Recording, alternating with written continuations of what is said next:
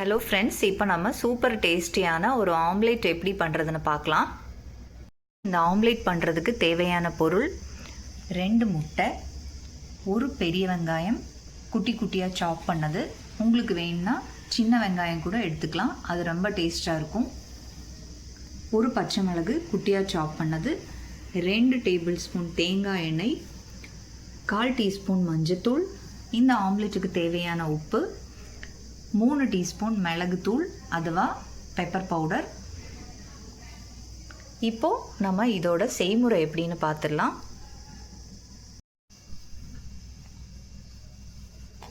இப்போ இந்த ஆம்லேட் பண்ணுறதுக்கு நம்ம முட்டையை உடச்சி ஊற்றிக்கலாம். இதுக்காக நீங்கள் ஒரு ஸ்பூன் இல்லைன்னா ஒரு நைஃப் யூஸ் பண்ணிக்கலாம். இந்த மாதிரி சென்டரில் நீங்கள் ஜஸ்ட்டு ஹிட் பண்ணால் அது நல்லா அழகாக பிரேக் ஆகி வரும். ஸோ அதே மாதிரி நம்ம அடுத்த முட்டையும் லைட்டாக சென்டரில் டேப் பண்ணி விடுங்க. ஸோ அது ஈஸியாக கிராக் ஆகி அழகாக நம்மளுக்கு அதோட யோக் அண்ட் ஒயிட்டு செப்பரேட்டாக வந்துடும். முட்டை ரெண்டும் உடச்சி ஊற்றுனதுக்கப்புறம் நம்ம ஒரு ஒயர் விஸ்க் எடுத்து அதை நல்லா பீட் பண்ணி விட்டுக்கலாம். இந்த மாதிரி நம்ம முட்டையை நல்லா பீட் பண்ணும்போது ஆம்லேட் ரொம்ப சாஃப்டாக இருக்கும். அதுக்கு தான் நம்ம இது பண்ணுறோம்.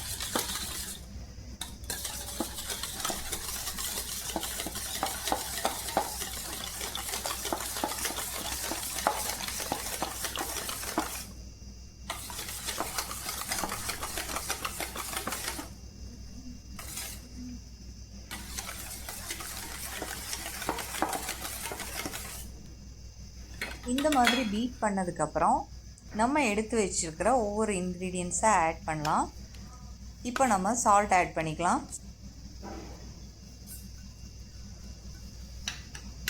இது கூடவே 1/4 டீஸ்பூன் மஞ்சத்தூள் ஆட் பண்ணிக்கலாம்.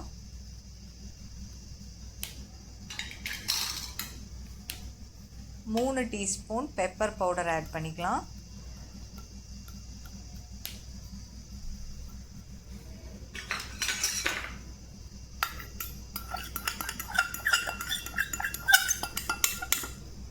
இது கூடவே நம்ம சாப் பண்ணி வச்சுருக்கிற பச்சை மிளகாயும் அது கூடவே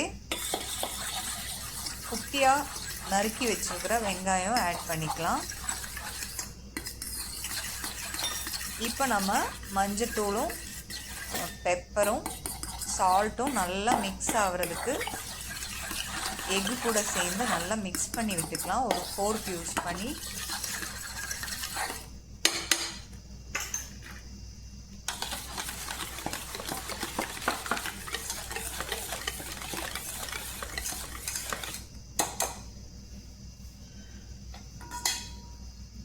இப்போ நம்ம பச்சை மிளகும் வெங்காயம் ஆட் பண்ணிவிட்டு எகெயின் திருப்பியும் நல்லா மிக்ஸ் பண்ணிக்கலாம்.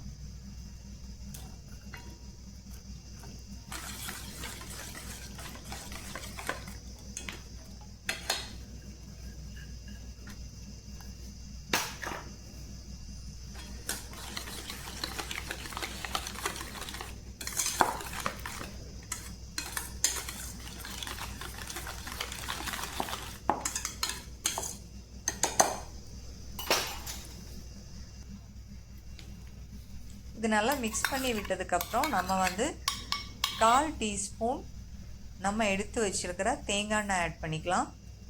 இதுவும் ஆம்லேட்டுக்கு நல்ல ஒரு சாஃப்ட்னஸ் கொடுக்கும்.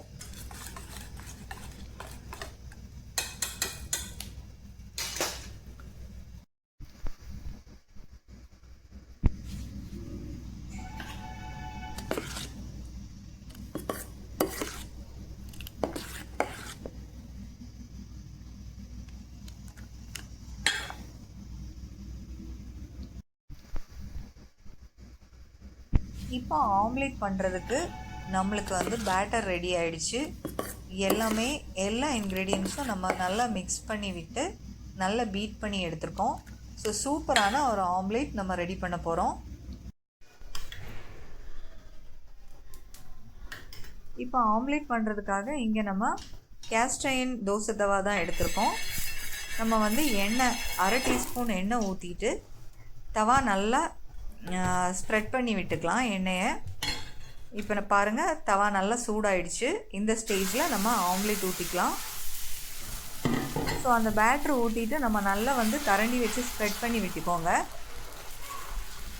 ஃப்ளேம் வந்து மீடியத்திலே நீங்கள் வச்சுக்கோங்க, இல்லைன்னா வந்து ஆம்லேட் வந்து கரிஞ்சு போயிடும்.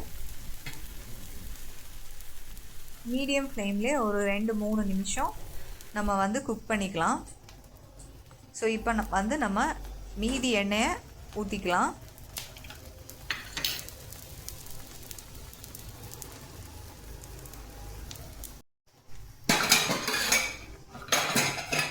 மூணு நிமிஷம் கழித்து பார்த்தா சைட்லலாம் நல்ல பபிள்ஸ் வந்து நல்ல எல்லா இடத்துலையும் கொஞ்சம் நல்லா வெந்திருக்கு. ஸோ இந்த ஸ்டேஜில் நம்ம திரும்பி போட்டுக்கலாம்.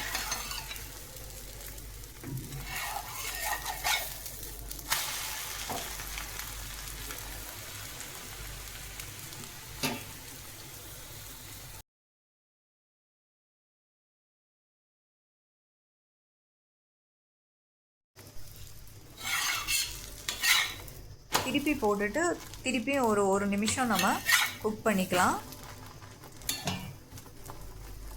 இப்போ பார்த்தீங்கன்னா சூப்பரான ஹெல்த்தியான ஒரு எக் ஆம்லேட் ஈஸியாக நம்மளுக்கு ரெடி ஆயிடுச்சு. ஸோ இது வந்து நீங்கள் ரைஸ் கூட, டிஃபன் கூட, இல்லை dinner, breakfast, lunch any time நீங்கள் யூஸ் பண்ணிக்கலாம். இந்த ஆம்லேட் அவ்வளோ அருமையாக இருக்கும், டேஸ்ட்டாக இருக்கும். கிட்ஸ் எல்லாம் விரும்பி சாப்பிடுவாங்க.